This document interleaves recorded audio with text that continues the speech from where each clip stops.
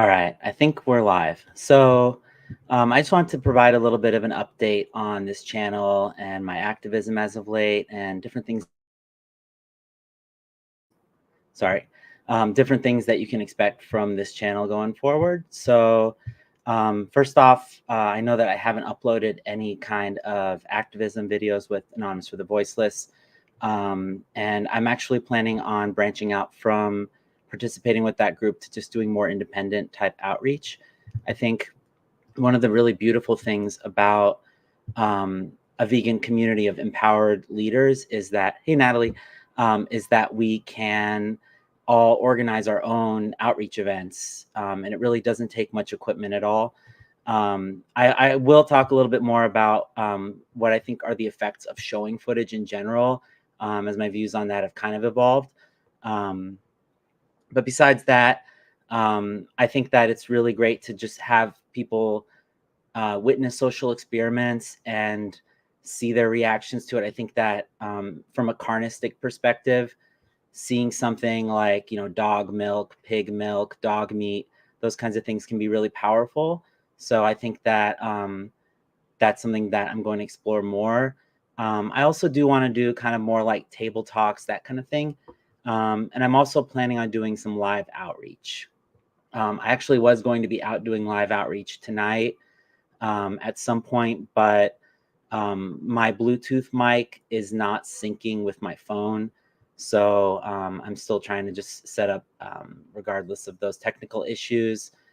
What else? Um, I did talk with Turning Veganese briefly, AJ, and we're planning on doing a little bit of a like a live stream discussion together.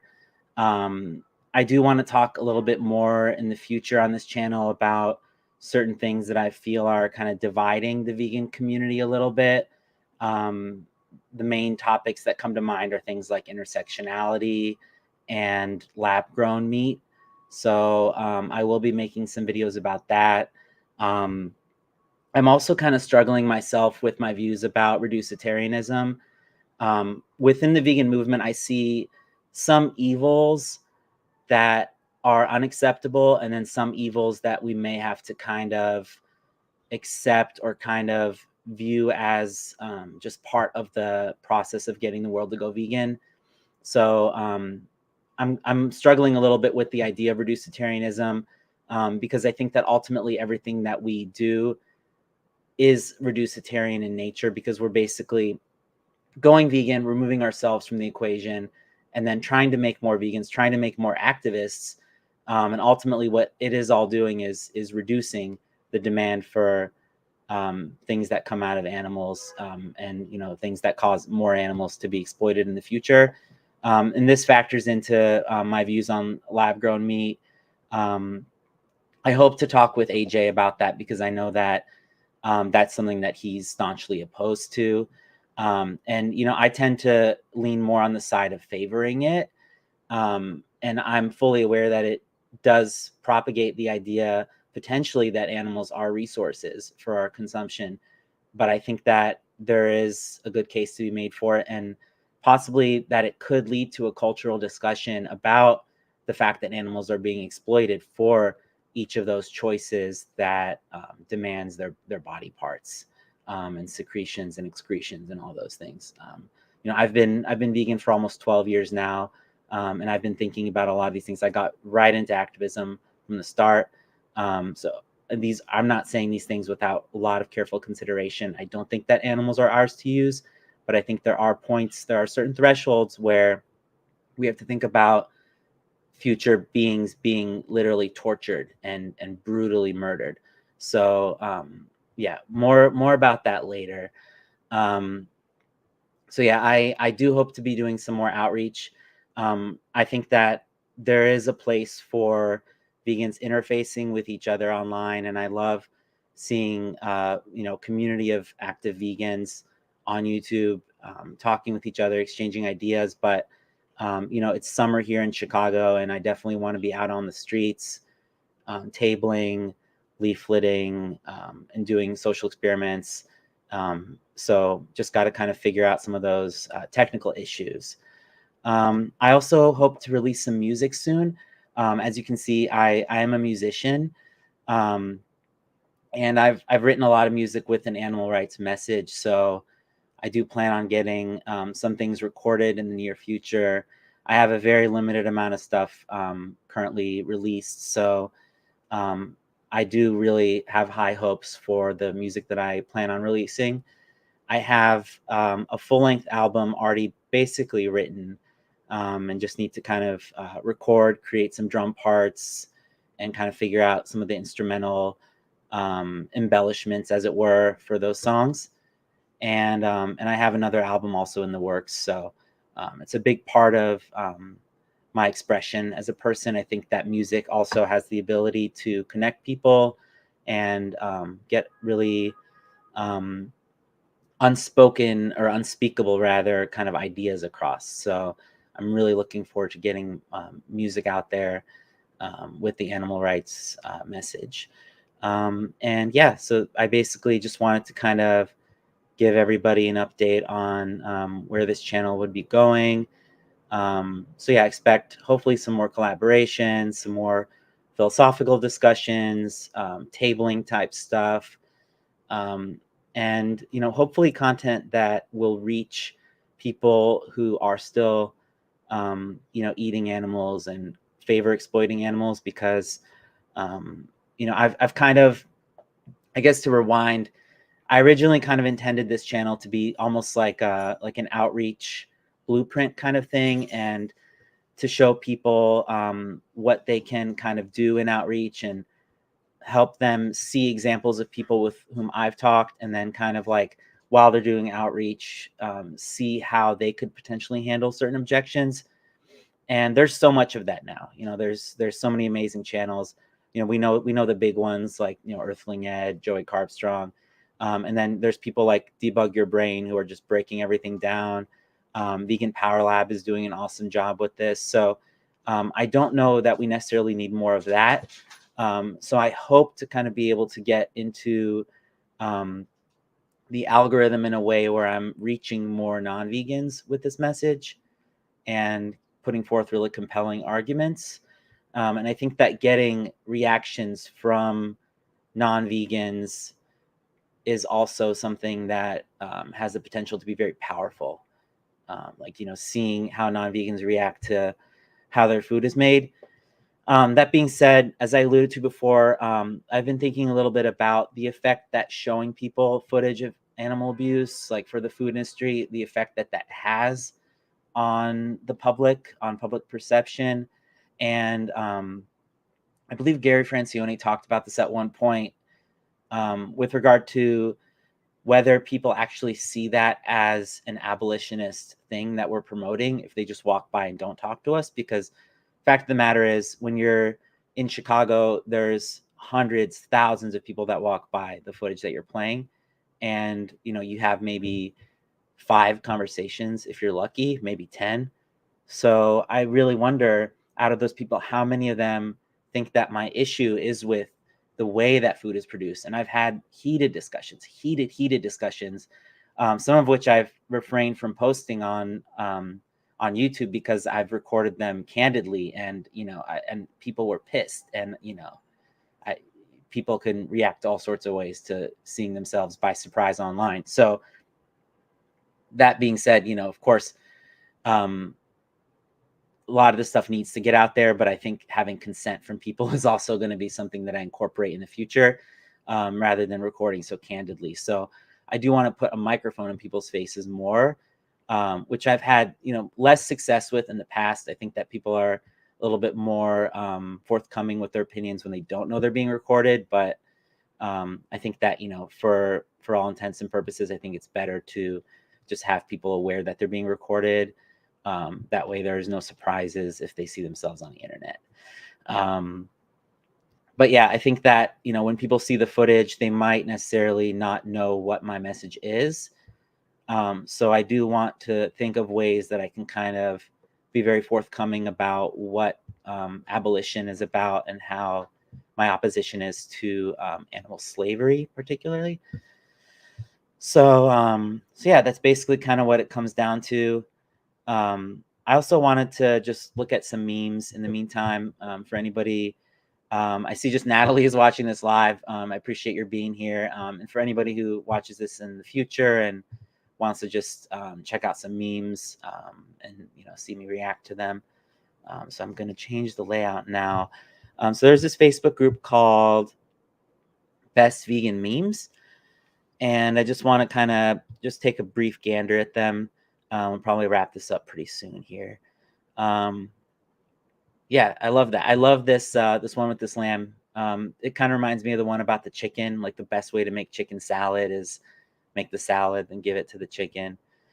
This is kind of funny. It kind of brings up the idea of I guess like freeganism and roadkill and that kind of thing. I guess like, is it possible? I don't think so. Although I do know like Ingrid Newkirk wants her body to apparently be, I believe she's the founder of PETA, and she wants her body to be like grilled or something like out in the street after she dies, and she wants people to eat her body. So maybe technically there can be vegans who eat animals. All right, I guess that's not really a meme. Hey, Lewis, great to see you. What do you wish non-vegans would stop saying to you? Yeah, we've all heard that a million times. I want some more memes. I want some like the SpongeBob ones or something where there's like somebody kind of replaces something with a vegan message. Let's see. Horrified by okay, don't want to see that. Yeah, a lot of these aren't really memes. They're kind of like more like posters, for the lack of a better word. This one's interesting. So I think it's really important with our messaging to be very, very accurate. So sometimes I'm a little bit of like a stickler or like a hypercritic, but I do think that there are differences between chickens and dogs and between humans, non-humans, etc. And I think it's important to not kind of gloss over those differences. Maybe it's important to say like in all the ways that matter, or there's no difference in the ability of these animals to suffer.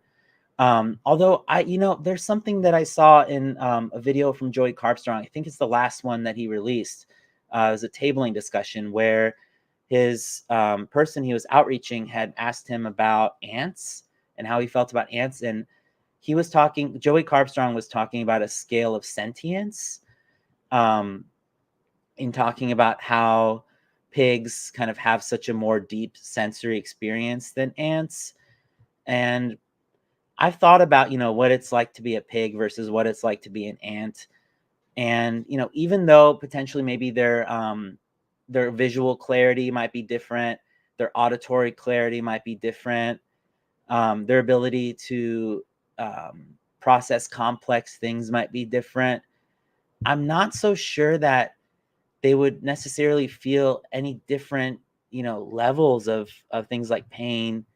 I'm not sure if they would be filled with any less horror if they were being ripped apart. I just, we know that being is having an experience. I would posit that an ant is just as much of a person as is a pig, even as is a human. I mean, they're the subject of an experience. So, sentience hierarchy is a thing that I have deep issues with, and I hope to talk about that with other people. So yeah, I'll maybe add that to my list of topics. The list that includes like the lab grown meat, intersectionality. And I actually want to say something about intersectionality too. I've seen a lot of trash talking about the intersectionals and intersectionality. And I think that there's some misunderstanding, maybe even among people who identify as intersectionals themselves. But so I think that there's a good type of intersectionality and there's a bad type of intersectionality. So starting with the bad one, I think that if someone is saying, for example, human, like, the abortion issue, if they say that vegans ought to care about abortion, about reproductive rights, because maybe this was a bad example, but let's just keep going. So if they say that because humans are animals, then we ought to care about abortion as a vegan issue, specifically. I'm not saying whether we should care about it or not. I'm saying making something a vegan issue. Or, for example, if we're talking about LGBTQIA plus rights, if somebody says, trans people are humans and humans are animals, therefore, issues relating to the rights of individuals who identify as a different gender than they were assigned at birth, aka transgender individuals, ought to be included in the issues that pertain to veganism. I reject that. I don't think that human issues are veganism issues. I do think that veganism is about non-human animals. I don't say non-human animal rights because then it gets all mucky, but I do think that it is a movement for non-human animals, with humans being the oppressors, the only oppressors. That being said, I think that there's a good type of intersectionality where, for example, all the considerations that we extend to other animals should be viewed from a perspective of sensitivity toward human rights issues. So, for example, I live with 2 dogs. They're both female.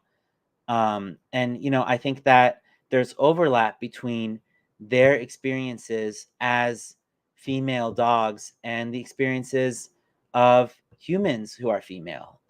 These might not be very morally significant, or they may be morally significant, but there is an intersection there. For example, if there was a horse and the horse happened to be a gay horse, if somebody referred to that horse using the F slur, commonly used to refer to gay individuals, I think that that would be very ugly of them to do. And I would want to outreach to that person about why it's wrong as a vegan to have those kinds of slurs, etc., be part of your rhetoric as a vegan. Another issue I can think of is, for example, when topics like I don't know, I guess just anything where humans come across, if it includes like ableism, things like that, if somebody is referring to a human as being dumb or something like that, I don't like those kinds of that kind of terminology, and especially if their intelligence level is being compared to other animals. Again, I see that as problematic for veganism. I think that if we're being bigots and using kind of like marginalized people or instances where humans are marginalized in one way or another to justify oppressing animals further, or to kind of like speak ill of humans, then I think that that's problematic. So again, I think that there's a good type of intersectionality and a bad type. The bad type is where we make animal related issues about, like, we inject humans basically into animal related issues. I think that the good type of intersectionality is when we're sensitive to the type of things that are happening to humans, and we understand that non-human animals, being the persons that they are, have overlap with those issues. And this is kind of, a little bit tangential to like, any kind of hierarchy, where right now there's a certain group of people who are interested in conserving power, and then there's the non-human animals who aren't able to voice their opinions. They don't necessarily have any tangible power. And I think if we use terminology that humans have used to oppress each other upon those animals, if we think about those animals with the kind of subtractions of moral consideration that some humans impose upon other humans, it just makes it harder for those animals to gain recognition as people. So this kind of ties into why I refer to non-human animals as he's and she's. I don't call them it's. So yeah, I think that there's a lot to discuss there. And I think that, intersectionals, people identify as intersectionals, need to be more clear about what exactly it is that they believe. And, people who are critical of intersectionality, I think, need to understand that there's a right way and a wrong way to do it. And it's not necessarily problematic, for the lack of a better word. I know that word is convoluted in itself, but it's not necessarily problematic for veganism to adopt an intersectional view, so long as it's being done in a way where we're not injecting humans into the movement, the only movement that non-human animals have. I see that Cameron's here. It's really good to see you, man. It's been a long time. I sent you an email. I saw that you had sent me one, and then I didn't get to respond for a long time, but it's really great to see you nevertheless. Just want to look at a couple more memes here, and then I'll be wrapping it up here. Trying to just see if anything kind of catches my eye here. Yeah, fireworks. It's something we have all the time in Chicago. They scare my canine companions, and I just, I don't know. It's fun to look at, but I'm not a big fan of fireworks personally. But yeah, Cam, I was gonna see if you'd want to do a collab at some point together again and kind of catch up and stuff. So yeah, I mean, I've been off producing stuff for YouTube for a while. I mentioned earlier in the stream that I haven't been doing outreach with AV, and it's just been a little bit difficult to get all my I don't want to say ducks in order, or ducks in a row, but my equipment, I guess, in order and going.